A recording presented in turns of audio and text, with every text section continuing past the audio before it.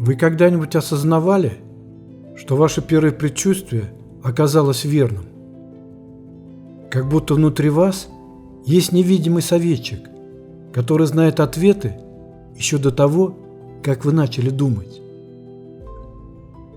Сегодня мы разберемся, почему величайшие умы, крупные бизнесмены и мировые лидеры доверяют интуиции больше, чем логике.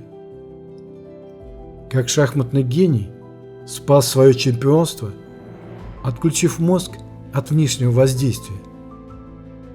И самое главное, как ты можешь развить свою интуицию, чтобы принимать правильные решения. Оставайся до конца, и я покажу тебе конкретные техники, которые помогут прокачать твое шестое чувство и использовать его на максимум. Великий математик Альберт Эйнштейн когда-то сказал: интуитивный разум – это священный дар, а рациональный разум – его верный слуга. Он, математик, оценивал интуицию выше, чем разум. Недавно мне довелось беседовать с очень крупным бизнесменом, который несколько раз менял направление своего бизнеса. И всегда эти решения были удачными, а его предприятия становились одними из успешных в стране в выбранном направлении. Я спросил, как это у него получается? Ответ был прост. Всегда доверял своей интуиции. Как же развить это очень ценное качество – интуицию? Интуиция – это не просто случайные догадки или предчувствия, а мощный инструмент, встроенный в человеческое сознание. Это шестое чувство, которое связывает нас с глубинными знаниями, находящимися в подсознании. Она работает быстрее, чем логика, потому что подсознание анализирует информацию на уровне, недоступном для сознательного ума. Наглядно проявляется это, когда человек оказывается, например, в чрезвычайных или опасных для жизни ситуациях. Человек интуитивно совершает действия, которым никогда и нигде не учился. Водитель в критической ситуации на дороге демонстрирует филигранную технику вождения. Или преступник, убегая от полицейских, перемахивает через 3-метровый забор. Они не могут объяснить, как они это сделали. Их аналитический и логический разум был в этот момент отключен. Но ведь сделали же. Это еще раз доказывает, что при отключенном разуме наше глубинное подсознание может творить чудеса.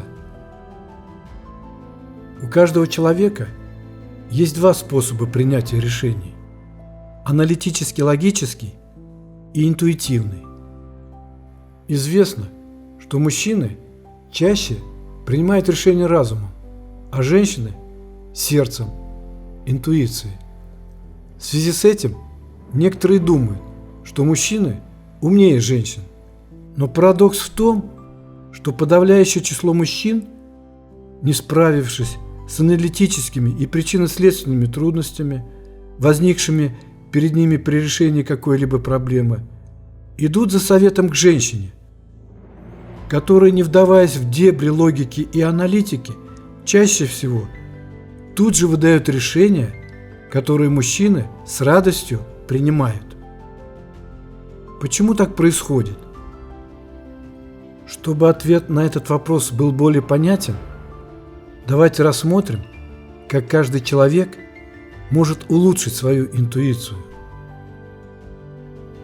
Для улучшения процесса распознавания и развития интуиции необходимо заложить основу, чем являются практики тишины и осознанности.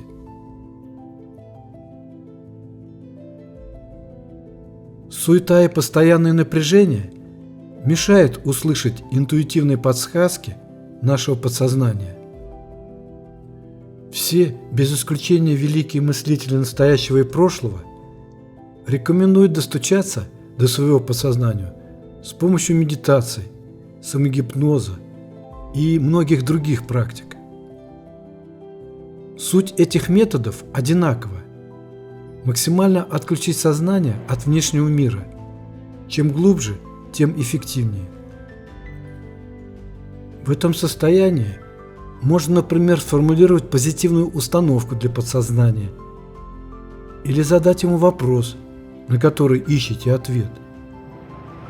Подсознание обработает запрос, и ответ может прийти в виде внезапной идеи или знака из внешнего мира. Научиться отключать свой разум от внешнего воздействия – ключевая задача для получения положительного результата от любых медитаций, независимо от их формы и техники. На меня большое впечатление произвело окончание матча за мировую шахматную корону между Анатолием Карповым и Виктором Корчным. Сам матч длился 99 дней. Это был один из самых продолжительных и драматичных матчей в истории шахмат. 1978 год. Филиппины. Багио. Это спортивное событие превратилось из-за состава его участников в громкое политическое событие. Все шло для Карпова поначалу хорошо. Он выигрывал со счетом 5-2. Оставалось выиграть всего одну партию. Но Корчной не сдавался и сумел отыграться, доведя в 31-й партии счет до ничейного 5-5. Можете себе представить состояние Карпова и его команды? Соперник на кураже. Накопившаяся за 3 месяца усталость мешала Карпову в последних проигранных им партиях четко считать варианты. А это для шахматиста самое главное. Очень озабоченное политбюро, которое очень не любило, когда в таких ситуациях кто-то проигрывал. В наличии оставались всего 2 дня на восстановление. Что делать? Принимается неординарное решение. Карпов вместе с космонавтом Севастьяновым едут в Манилу. Это 500 километров от Багио, где и климат совершенно иной. На финал чемпионата мира по баскетболу СССР Югославия. Эта резкая смена обстановки позволила Карпову отключиться от тяжелого груза ответственности, освободить свой разум от всех накопившихся проблем и давления. На решающую партию он пришел заметно посвежевшим, уверенным в своих силах, максимально собранным, что позволило ему одержать заветную 6-ю победу, закончить этот тяжелейший матч и сохранить титул чемпиона мира. Этот пример я привожу для того, чтобы показать, что способов освобождения своего разума от внешних проблем множество. Человек может их варьировать в зависимости от ситуации. В Багио с Карповым находился один из лучших в стране парапсихологов. Если бы Карпов провел эти восстановительные дни под гипнозом этого парапсихолога, проходя самые продвинутые гипнотические сеансы, я не уверен, что результат мог получиться таким же блестящим. Этот пример говорит о том, что хороший психотерапевт – это хорошо, но все равно стоит полагаться и на самого себя. Каждый может выбрать форму и технику медитации по своему вкусу, опираясь на личные предпочтения и внутренний отклик. Я перепробовал много различных форм и техник медитации, и все они имеют право на жизнь. Но для тех, кто не очень хочет их осваивать, Могу посоветовать способ, который я недавно для себя открыл. Очень простой способ отключения от внешних проблем – это прогулки, которые должны быть полностью освобождены от необходимости куда-то зайти, что-то сделать, с кем-то поговорить. Ее длительность – около часа, в темпе чуть выше среднего. Желательно по парку, на природе или по немноголюдным улицам, где вас никто и ничто не будет беспокоить. Кстати, такие прогулки очень рекомендуют кардиологи. Получается такая прогулка и для ума, и для сердца. Постарайтесь ни о чем не думать, освободить свой разум от всех забот, от всех проблем. Конечно, будут мелькать в голове какие-то мысли, но к концу прогулки вы обязательно ощутите какой-то новый, свежий взгляд на проблему, которая казалась вам очень сложной. Или вас осенит какая-то новая идея. Еще раз повторю, что для развития интуиции умение отключаться от внешних проблем и перепрограммировать свое подсознание является ключевым. Научившись этому, можно будет более осознанно наблюдать за своей интуицией. Самое главное, надо ей доверять. Уделяйте внимание своим ощущениям. Прислушивайтесь к первому впечатлению, внезапным мыслям, телесным реакциям. Они могут быть сигналами от подсознания.